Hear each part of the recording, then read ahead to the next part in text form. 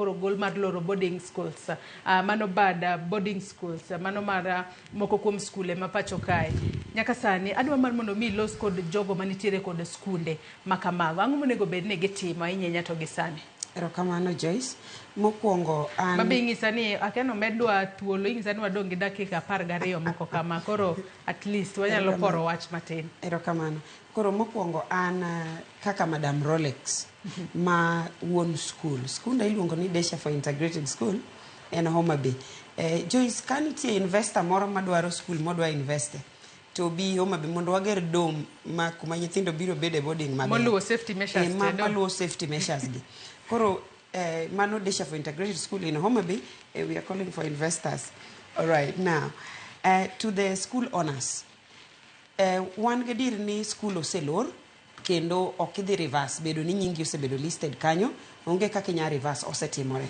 Koro gima onengo be ni ng'eyo kaka wuon school, ni what goes around comes around.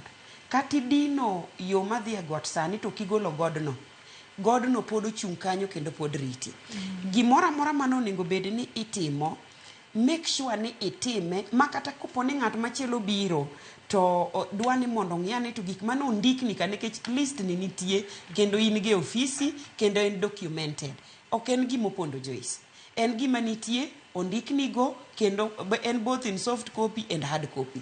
This document nitiere both with you and with the ministry. Kao document koponi nitie gimoro mane itimo ming'e makata in ing'eyo ni ok ber. Go to the ministry, dhia kanyo, kasto ing'e ni to en ang'o mano onego bed ni itimo. To time makata koponi chuno ni dhi lose nyithindo moko.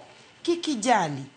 Kama kani by the time makoro nyithindo duogo, jomo eri koda nitie gima timore marach pod gibo duogo. Koro kanitie gima nong'isi ni itim, ang'eni sama ji loro Joyce onge ga pesa, school loro gi pesa nete, kendo onge pesa madong' e account. Koponi ok yudo investor mora manyalo konyi, to kendo okidhi e bank onge kaka inyalo dhi yudo loan, kendo ionge pesa mora e ofukuni, relax.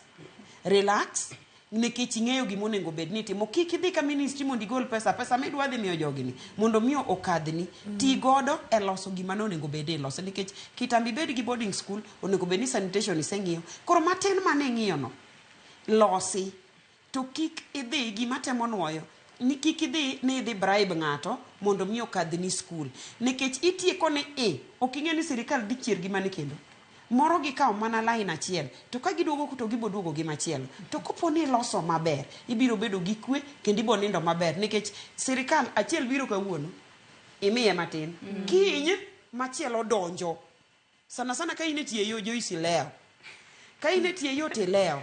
Koro koponi i bribe ma kiny seche moko ng'ama bribe ne madhi nyiso ng'ama chielo ni gima kama en makosa, kasto duogo gi angle machielo.